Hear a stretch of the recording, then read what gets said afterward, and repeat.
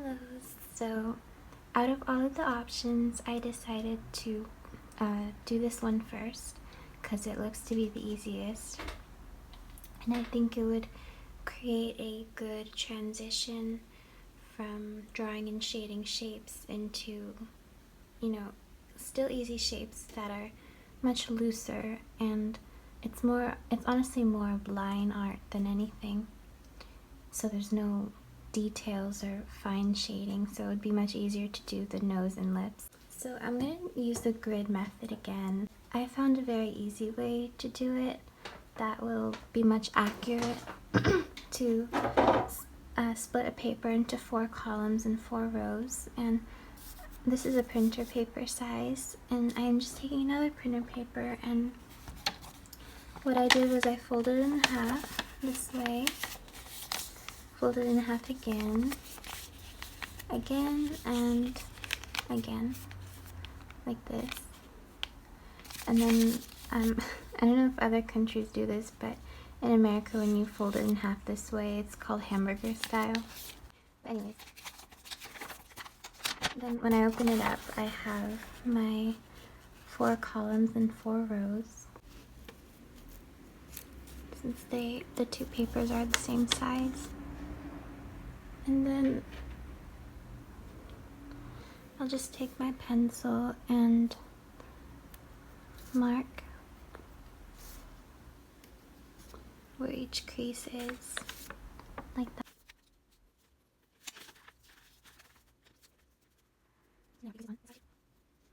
Then I just draw the lines across.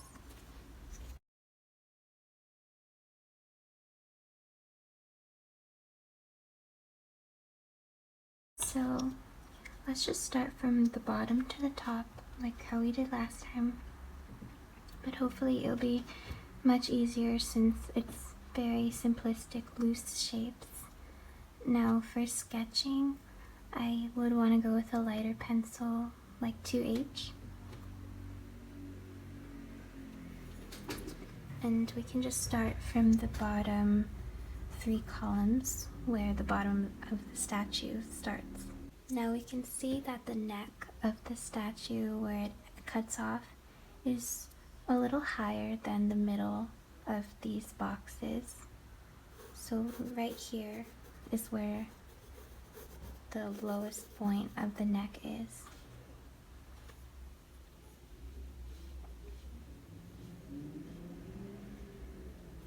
So I'm gonna draw a line that comes, it's a bit lower actually. I'm gonna draw a line that comes about right here.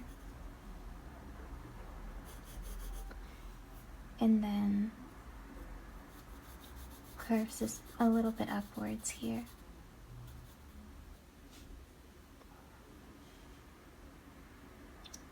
And then that line extends to this box and curves upwards here as well. And the neck stops right around this this area.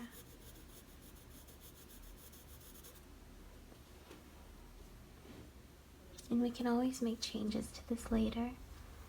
That's why we're using such a light pencil. Actually, I'm gonna bring it down just a bit. Sorry. It got a little bit hard to see since half of it was down here, hiding.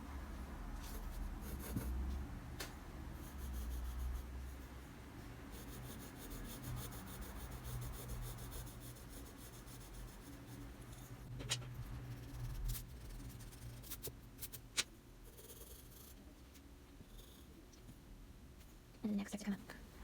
It makes a diagonal line right here into this next box, but I'll just make a straight line here first.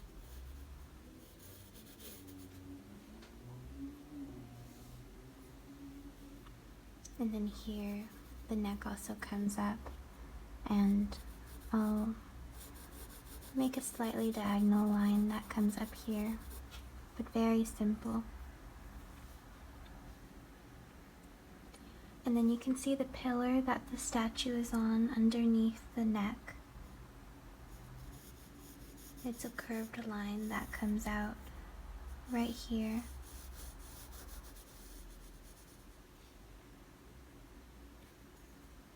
Right here to near the middle of this box.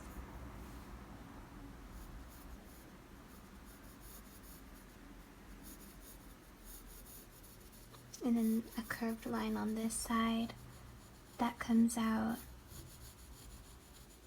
right here to below the middle and slopes further down than this one. Something like this. Actually, I'm going to tape my drawing up here so I can see the bottom of it. And that way I won't miscalculate where things are. So then where the surface of the pillar ends is near the bottom. It seems to be right around here.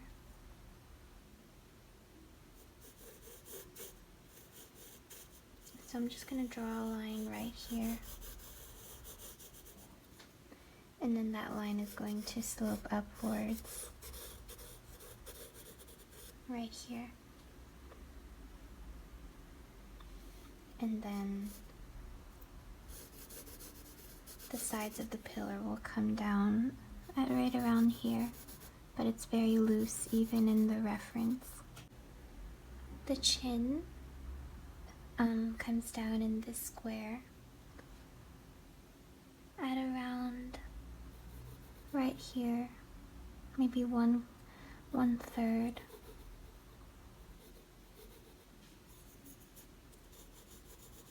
So I'll make a mark right there.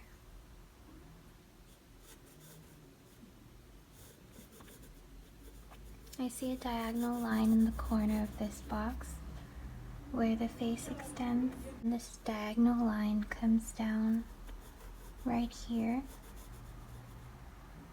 and then slopes downwards to, actually that line goes a bit too far down. It comes to about right here from eyeballing it.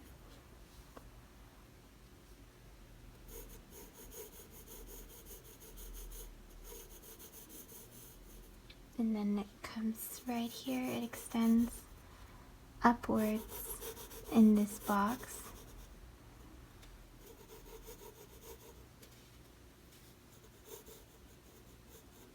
And then you go to this middle point and the side of the face extends a little beyond that, at around here.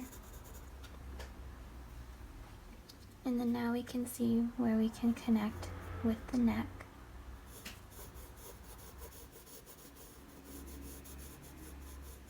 The neck should be a diagonal line that kind of cuts a little slice out of this box.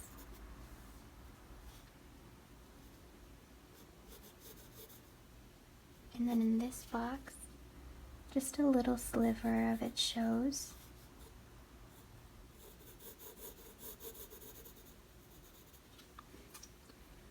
And then, actually the neck comes around here.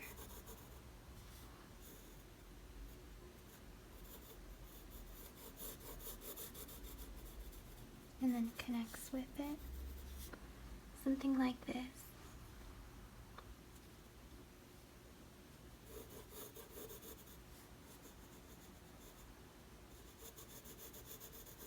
I think I made this part too wide. It's just slightly beyond the middle point. And then we see the shadow that they put for the neck. It's a diagonal line here.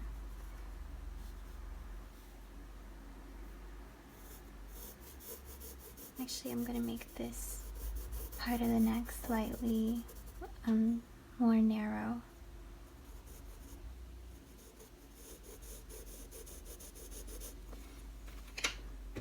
So I'm just looking at the reference and I'm making slight guesses to where things are, but the boxes help so much, and then I can go back in and correct them.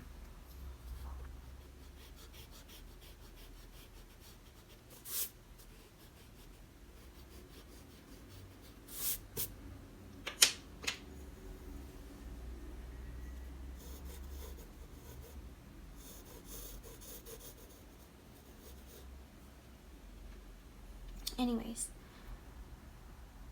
we see a line come down here.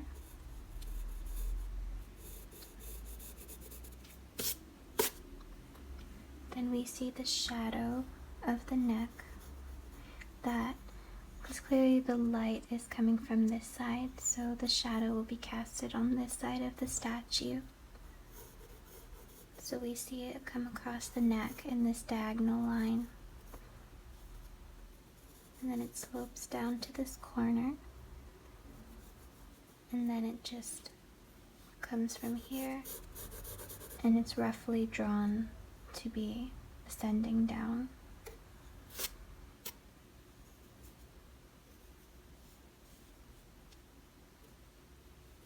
You can see they are doing the same thing with the head regarding the shadow, but I guess we won't draw that yet since I think it's too early. So then in this box up here, the head comes up, but now we get to the hairline.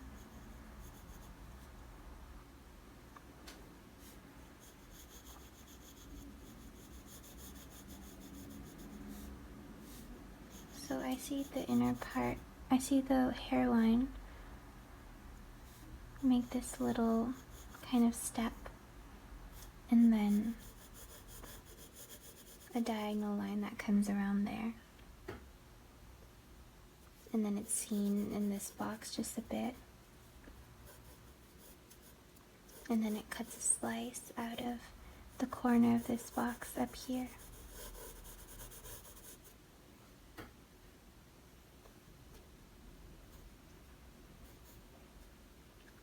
Then it cuts another slice here. Here's the midpoint of the hairline where the parting is, because the head is on a tilt. So this is the tilt that it is, so the hairline will be here.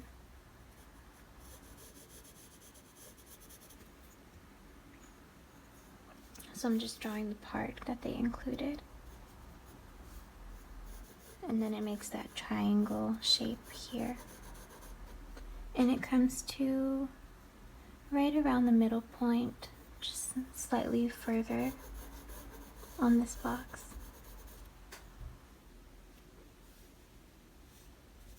And then we have to make these two lines connect here. So we can just see the hairline ascends down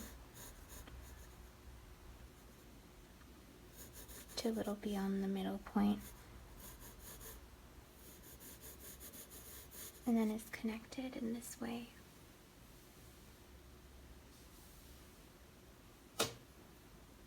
So then we'll draw the hair very roughly, starting from here, or we could start from here.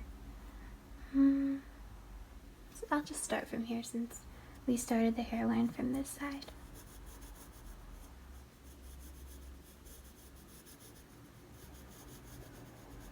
It comes to around the middle point of this box.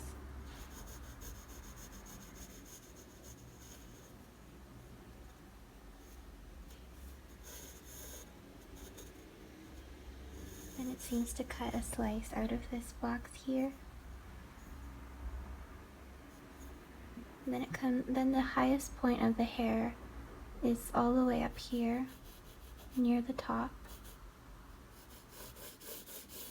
So I'll just connect it, but it might always change. See, I think I made it come down too low here.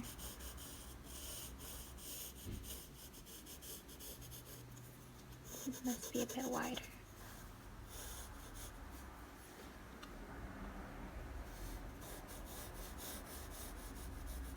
And then it starts sloping lower here.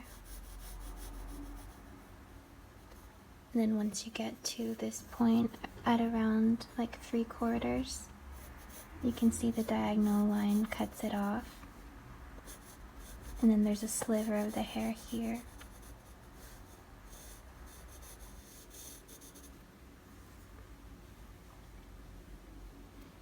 And then we can see that in this box, where this part of the jawline is, the hair starts at right around here. and it follows in this box just slightly,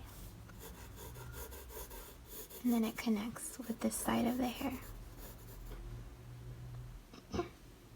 So it's not perfect yet, but it's much easier doing it with the box method than to just freehand, do it freehand without any guidelines to help. I'm sure the proportions would be way off if I were to just go freehand like that.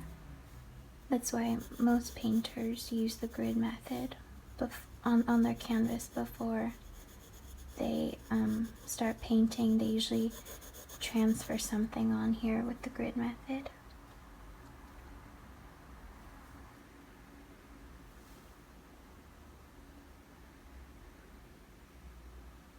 So now I can make adjustments. Before I even put the eyes and nose and mouth, I'm just going to look and make sure that I got the proportions pretty accurately and see if there's anything I should change. Like, I think for this part I did it too narrow here, and I could extend it out a bit further with the hairline.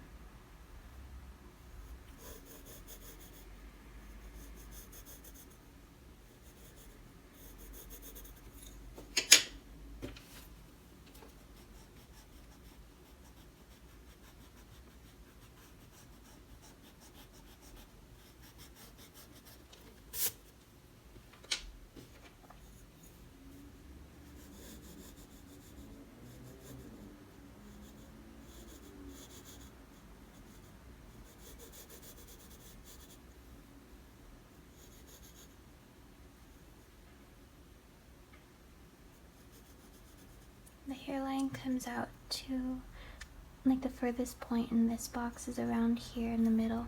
It just trips me up a bit since this half is taken up.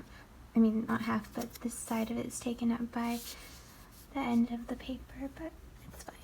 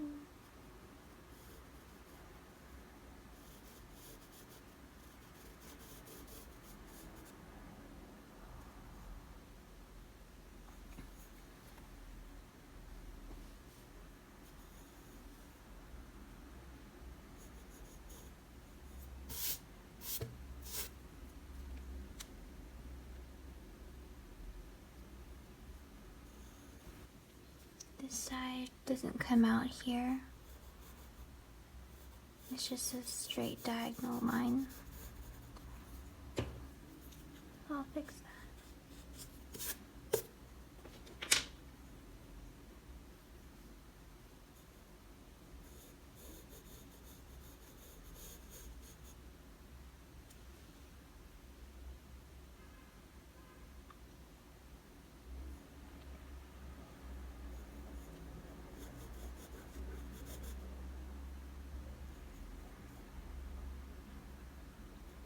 The chin.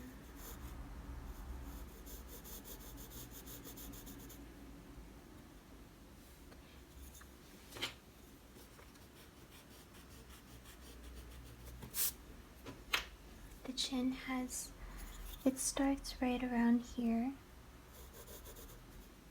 and then it has a slight diagonal line here before it slopes down.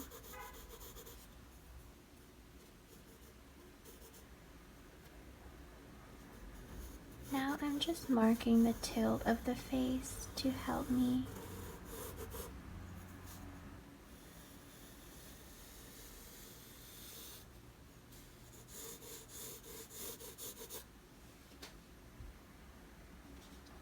That way I know that the eyes won't be here like this on this line, but rather tilted here.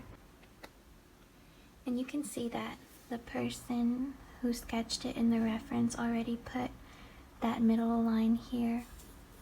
And they put a line for the eyes and the nose, which is very helpful. They put a line up here for the hairline.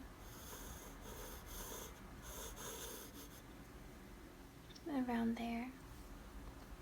Now, let's just start with the shadow before we do anything. So, we already saw that they included this diagonal shadow right here that comes down.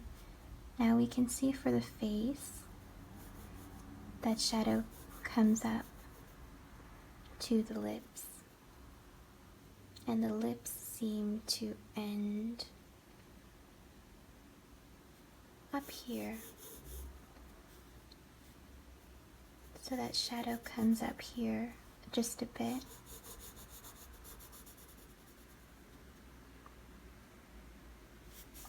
We can see that shadow starting here as well.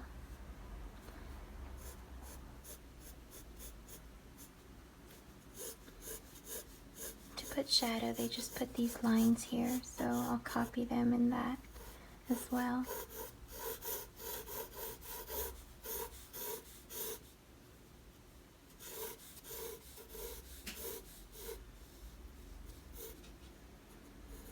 But I'm doing very faint lines with my 2H, ones that can be easily erased. I'm not pressing hard at all. And then you can see they added the little shadow here as well. And then the shadow under the column.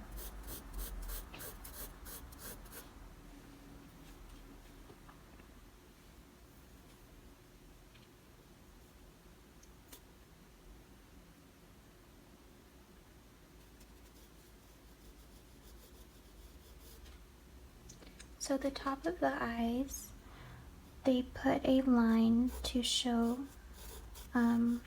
where they will lay with the tilt of the head. So I'm going to draw that line. It seems to start at around here near the top of this edge of the square, and then it comes down at around here with this line. So I'm just going to follow that tilt very loosely.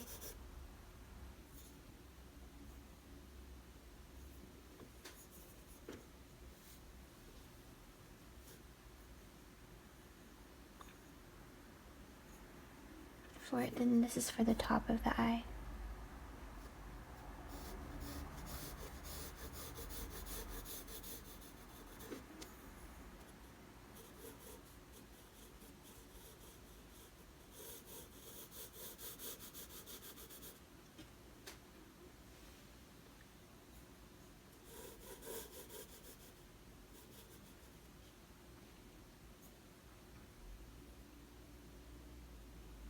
So the top of the eye starts at around here for these two boxes, and then the bottom of the eye ends at around the middle point of this box, and then beyond the middle point right here for that box. So I'm just going to include that tilt as well. That guideline to show where the line of the eyes will be. And then the nose comes down here. Only a sliver of the nose is shown in this box because we can look at it like this. The tilt makes the nose be placed in only this box. So it's a little beyond the middle point of this one.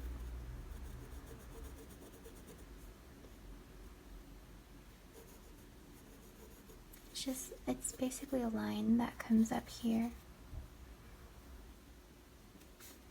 And then we can highlight that line of the where the tilt of the nose and the nose bridge will be lined up with.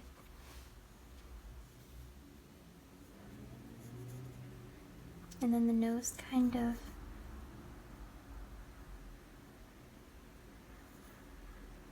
actually, with the eyeline, I think I made it a bit too low on the face where it starts. I'm gonna redraw that line a bit higher with that same tilt, just a bit higher.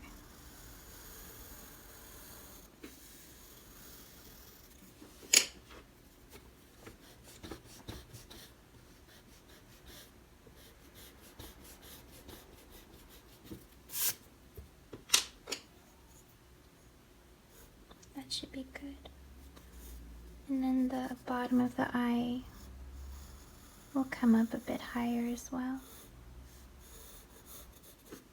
I just noticed this because I realized the nose is right here, so the eyes cannot be this low on the statue.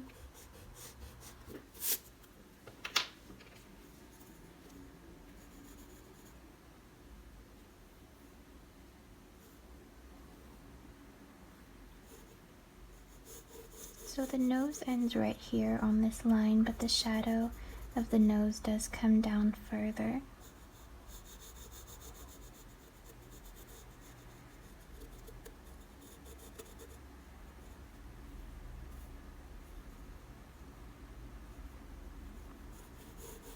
And I'll just mark where the top of the nose is, right around here.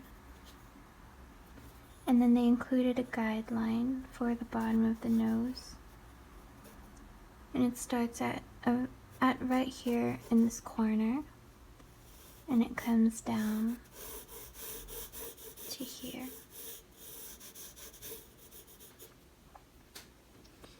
This part is a bit tricky, of course, to eyeball it.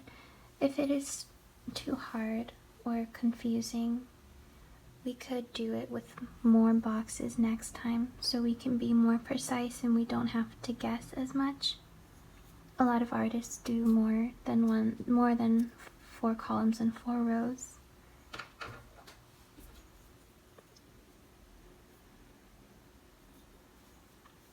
But remember, we can always change it if there's a mistake. That's why it's very loose.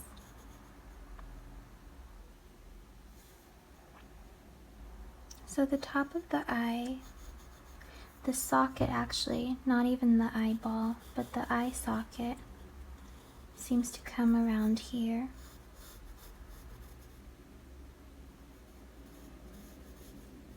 And then makes this curve that is parallel with this line.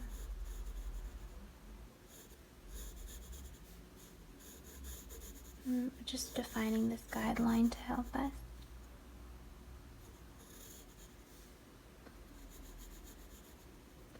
And then that curve, it curves into the nose, and that curve makes a diagonal line and then comes up around here as well into the eye socket.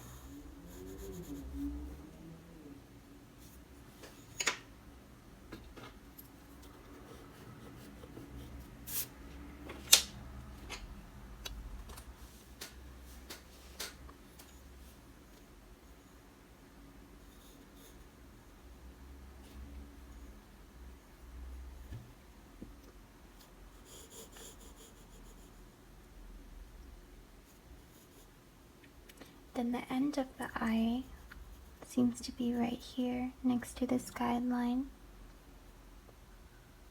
And the end of this eye seems to come around a little beyond the middle point of this box. So we're just boxing in our best guess at where the eyes will be here. And not just the eye, but the whole eye socket. And then the end point of the eye socket should be around this line. Like this.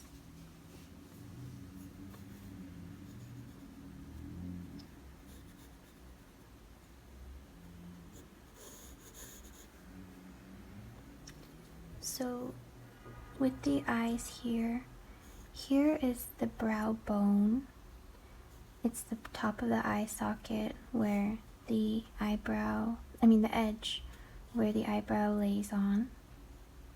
It comes to around this point of the box.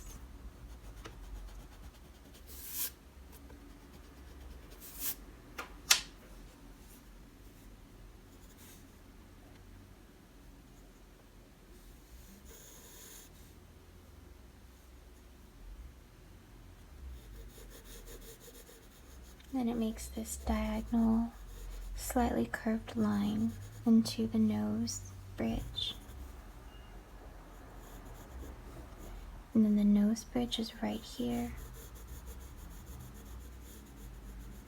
The line that it is on.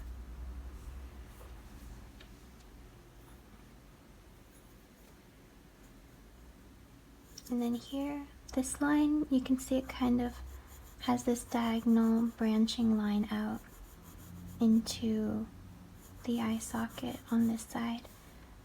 And then the eye socket, the brow bone ends at right around the middle point here.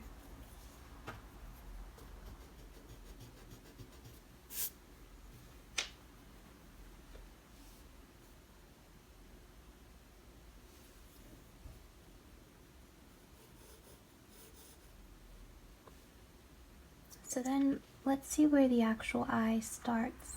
That is underneath the brow bone. The eye starts, I think I would guess right here. The top of the eyelid, that is. Probably right here, underneath the brow bone. So I'm just going to draw a very slight line. You can see in the reference, they drew very slight lines to where the actual eyelid and eyeball are going to be as well. Because it's good that they are parallel and on the same line.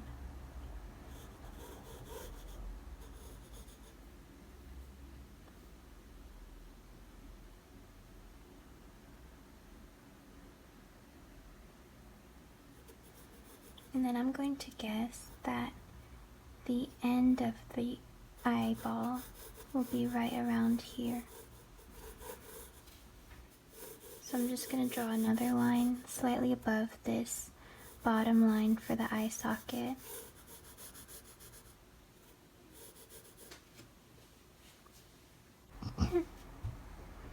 Now, don't be afraid of getting it wrong or getting it in the wrong area. That's why we spend so much time on these little guidelines instead of going right into the detail like the actual eye. That way we could change if there's any wrong placement.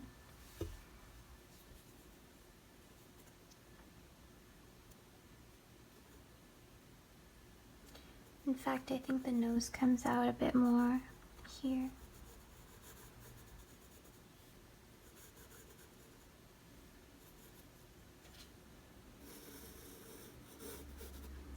So anyways, with the eye, they did the eye very roughly. They just made a line here for the top. I remember putting the information that the eye will end here.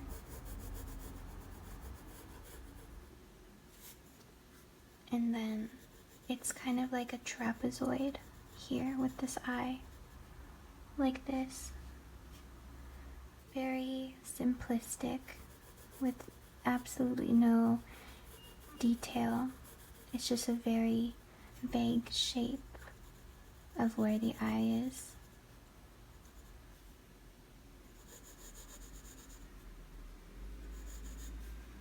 So this is the eyelid, and I think I made the eyelid a bit too big, so I'm gonna put my guess that it is like this here. And then you can see a small diagonal line where the eyeball comes out and then goes a bit here. and ends on this line that we drew.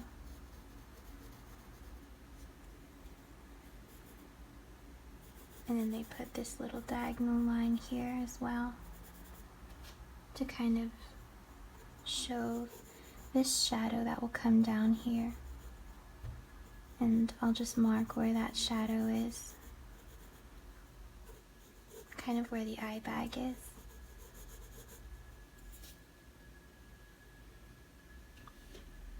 It's very, very loose.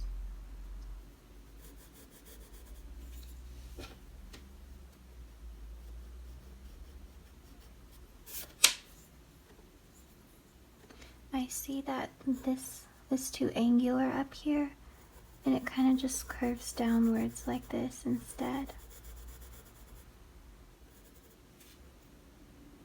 So it's more like that.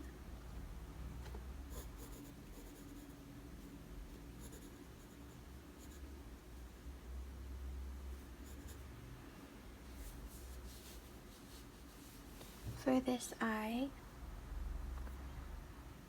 we can see that there's a diagonal line that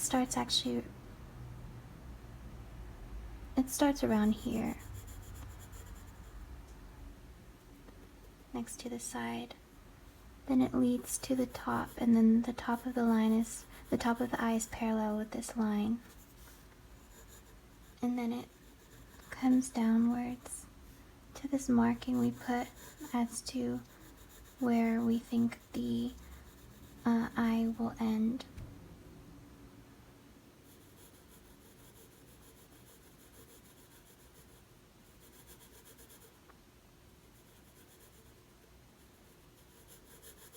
So then I'm just marking here the edge of the eyelid where the eyelashes would be. But we will not draw any eyelashes.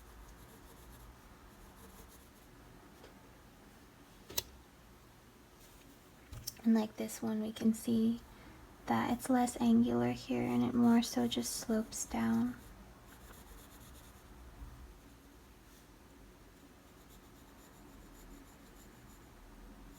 And then there's a diagonal line that comes from the inner corner and just slopes down like this. And then you can see, I think this here line is supposed to be the bottom of the eyelid.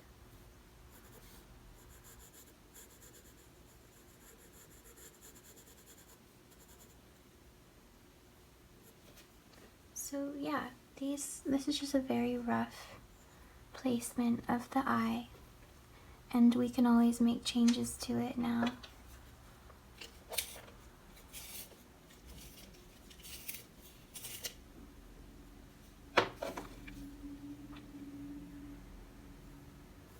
We see that they put a small line for the eyelid here, just as they did for this one.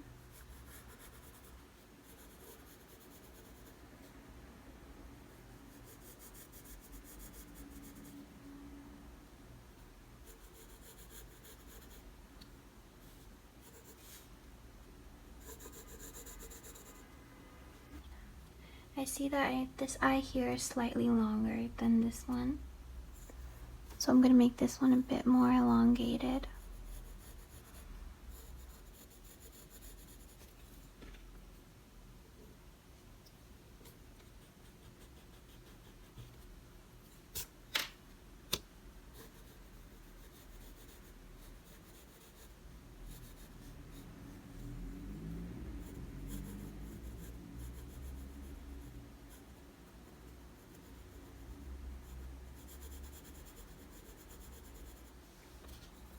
Now for the nose.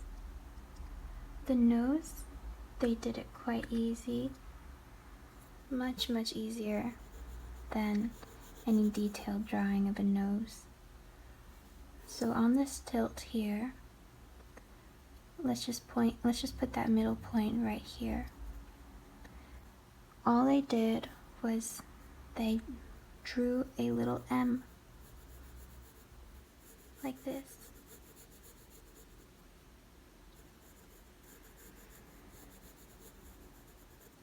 that's all they did for the nose, is they just drew an M.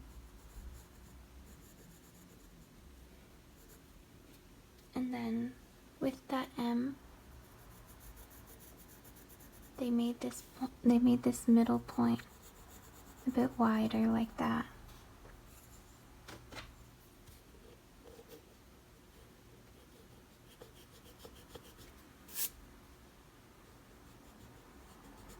And then they softened the corners of the M like this.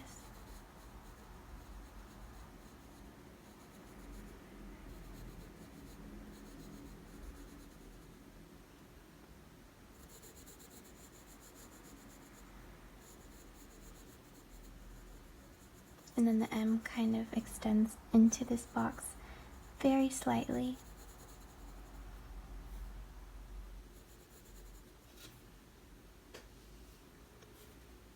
And I think this part comes a bit further down as well.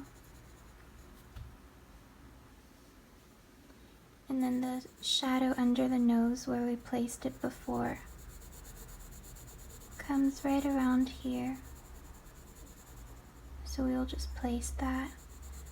And then this side comes out a bit more in this box, so I'm just marking that.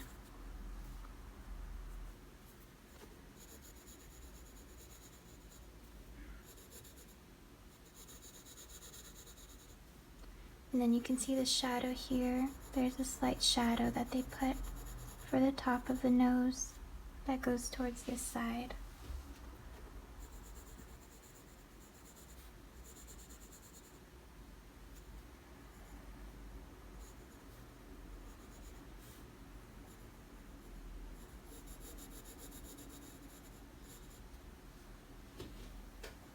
Now I think I made the nose a bit too fat on this side.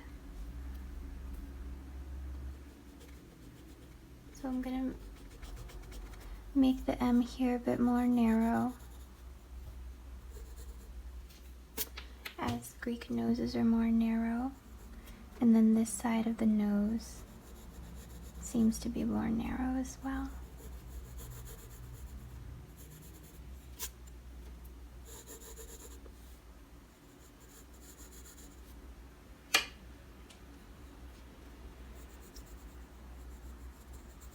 And then the nostril kind of just goes into this shadow that they put right here.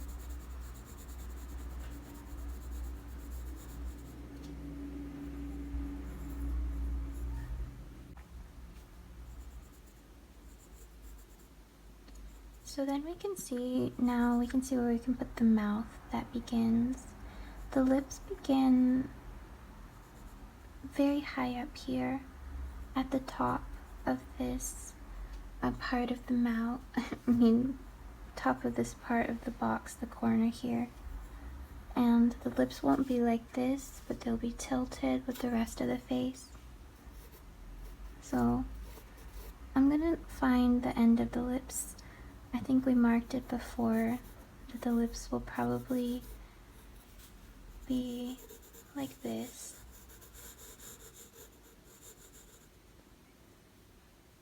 Starting from here, and then they'll be mostly in this box. A corner will come out into this box. So I'm just going to start from a higher point, I think right here. And then I'm going to mark here a lower point, and I'll just make a slight tilt in the middle of where the lips I think will be.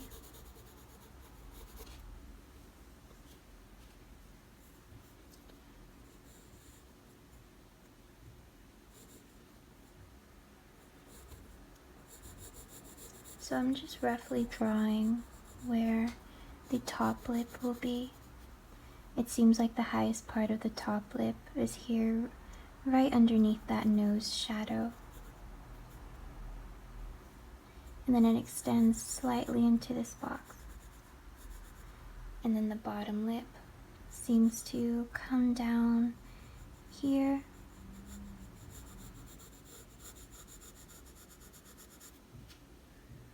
Something like that I think would be good.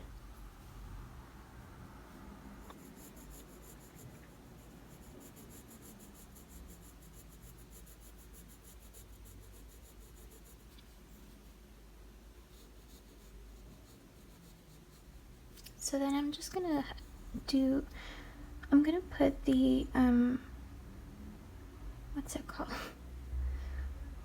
The line between the upper and bottom lip here. And it will have a slight dimple in the line, like this, but very light, as this statue's lip is not very pronounced. And the Cupid's bow is a bit is not as pronounced as well. So I'm just going to put a slight Cupid's bow here.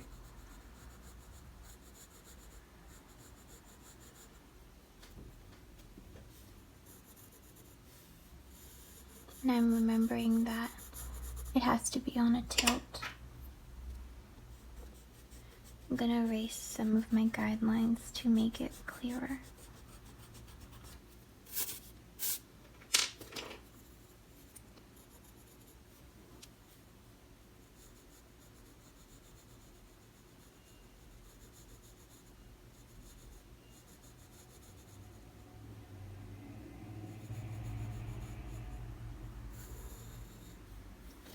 I'm going to put more of a tilt, just so it coincides with the nose tilt.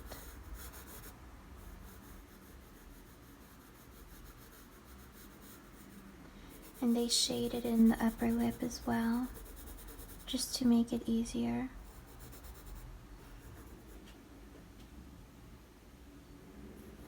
Then the bottom lip, I'm gonna draw a slight line on that tilt for the bottom lip, just so I can be clear where it is.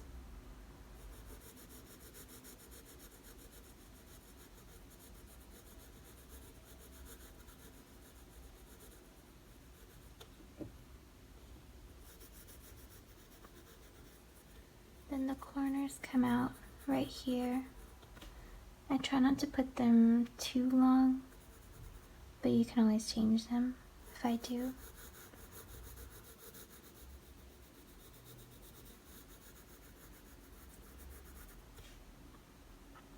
So then it's just a trapezoidal shape for the bottom of the lip, and then there's a little shadow that comes out here.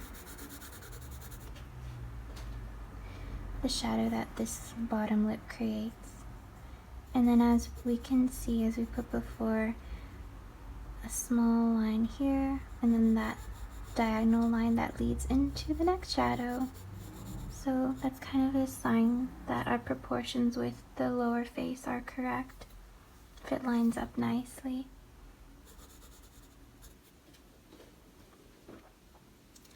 So I think we should work a little bit on the shadows of the eyes, and I think if we do this, it will help us to know what we could change, if we could change anything about the eyes.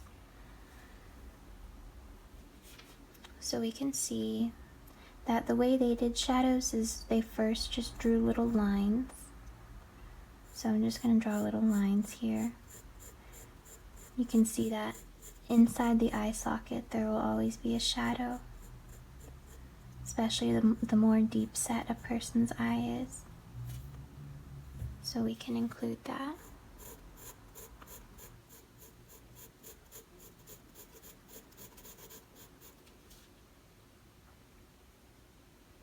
I'm starting to think perhaps there needs to be less space here. Maybe I can bring this eyelid a bit further up.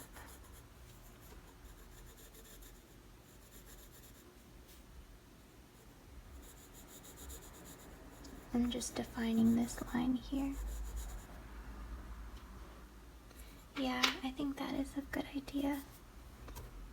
I'm just bringing that eyelid further up so it is in line with it.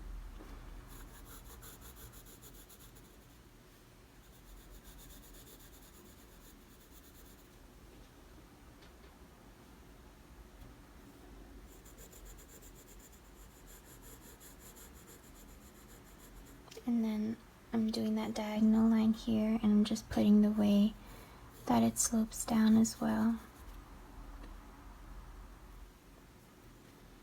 But anyways, I'll put the shadow here, and then you can see that there's a shadow on this side of the eye as well.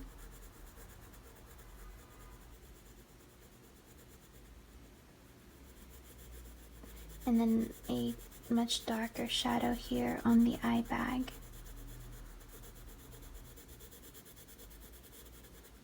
So I'm just shading that in as they did.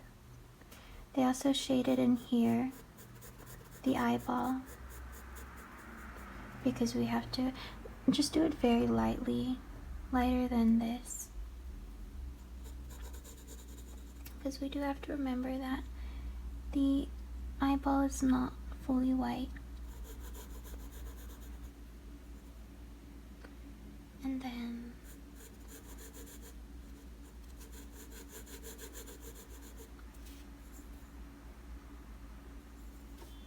they shaded all around here as well. You can do it as lines. I'm doing it as lines, but I guess slightly more fluid than they did.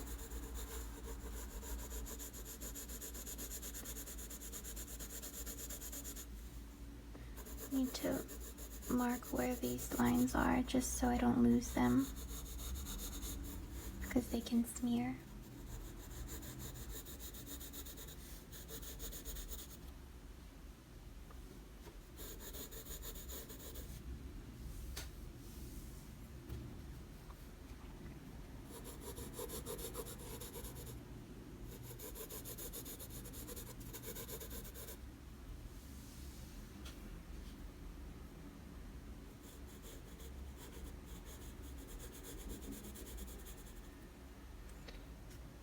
Shading in this eyelid here that they did. And I'm also defining this eye socket here that they put.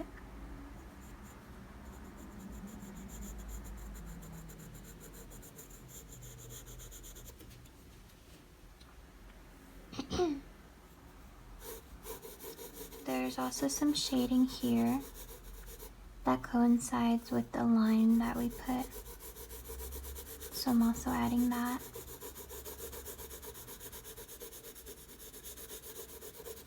And then it does extend to the forehead a bit here.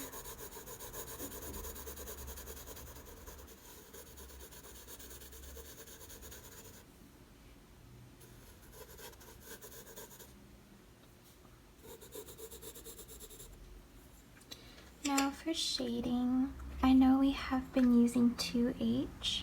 I'm actually going to go in with my 2B pencil right here. I use my 2B to just darken these lines here that we use for shading. That define the face.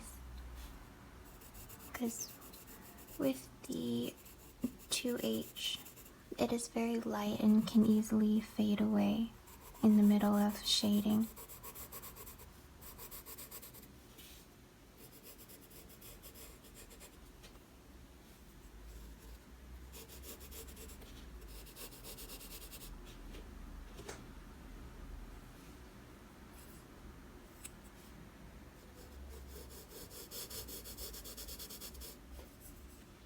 And following the way that the end of the neck slopes up here.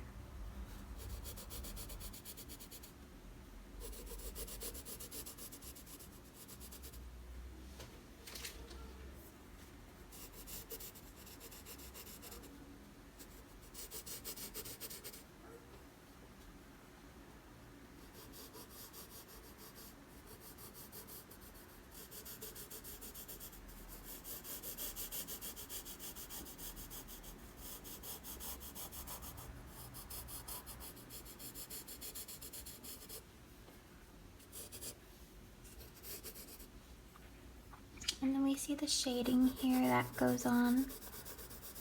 I'm just going to lightly put the shading here that is at the top of this pillar.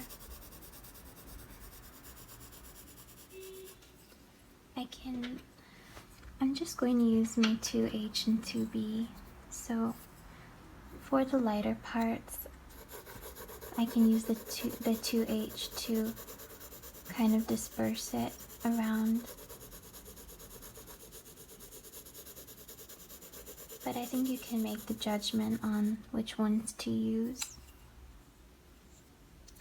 I'll just start at the darkest part, so I'll use the 2B for now.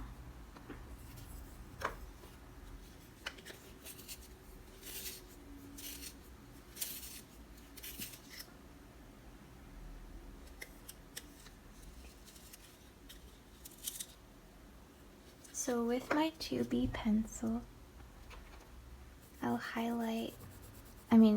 define the line here that I put my eye on.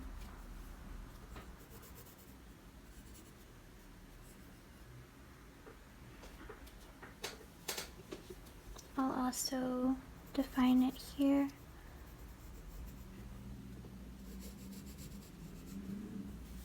But I'll shade it in as well since it's a bit darker here. And I'll shade in the eye bag here since I think it's another dark area.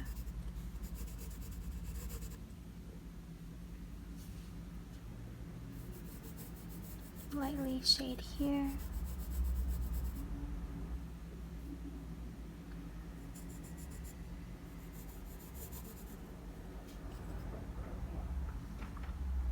I could start erasing some guidelines like these that we don't really need anymore to make it a bit cleaner. I should have done that before I started shading, but oh well.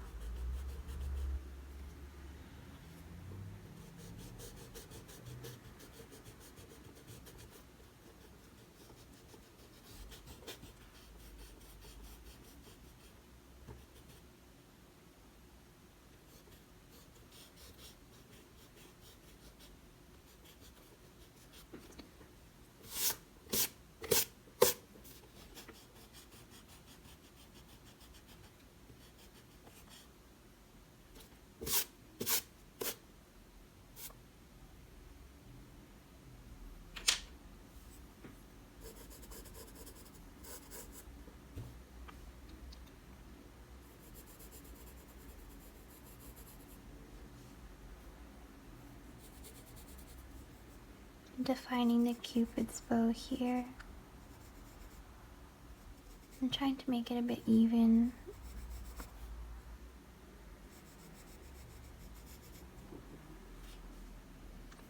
Although it's a bit tricky.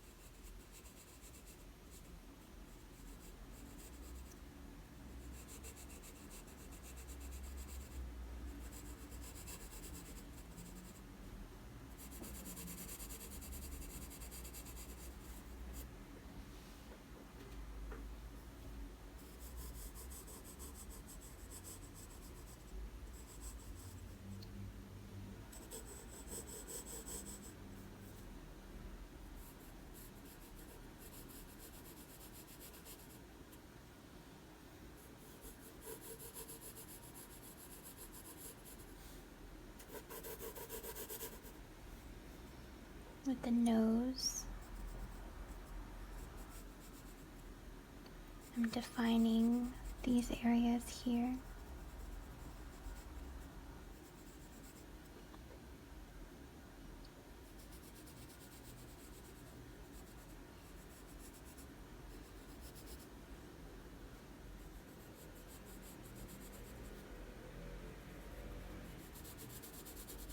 I'm defining this darkened shadow underneath as well, and this shadow above here.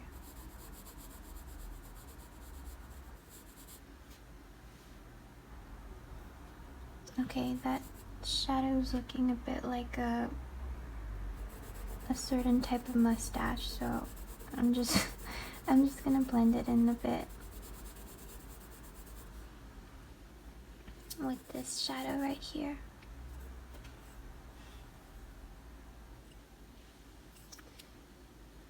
And they also added some shading down here.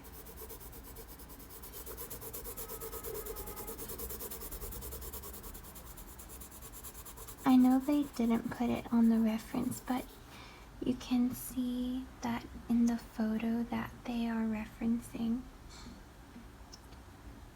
there is a shadow here that the head casts. So I'm just gonna add that, but you don't have to be as specific about it as I am. Just as long as you put these lines here like this, that is good.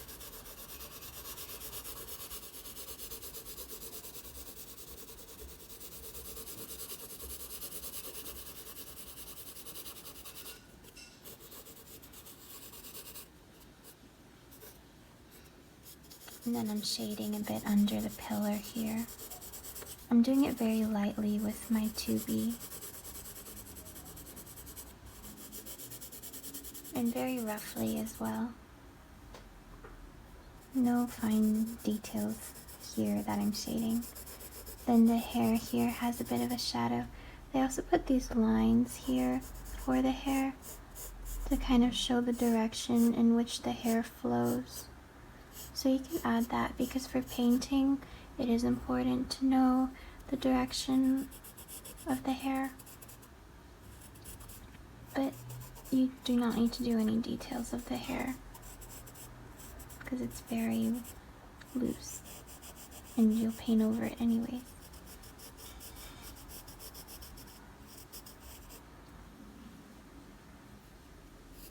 I'm just taking my 2B and defining the lines here as well and the parting of the hair.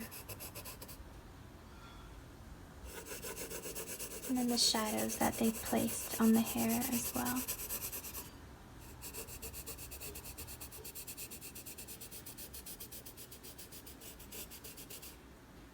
I forgot to add, but I'm slightly darkening the eye socket on this side as well. Just because this side will be darker, so it looked a bit weird when only this side was dark and this side was light. So just remember to just kind of darken it a bit more on this side.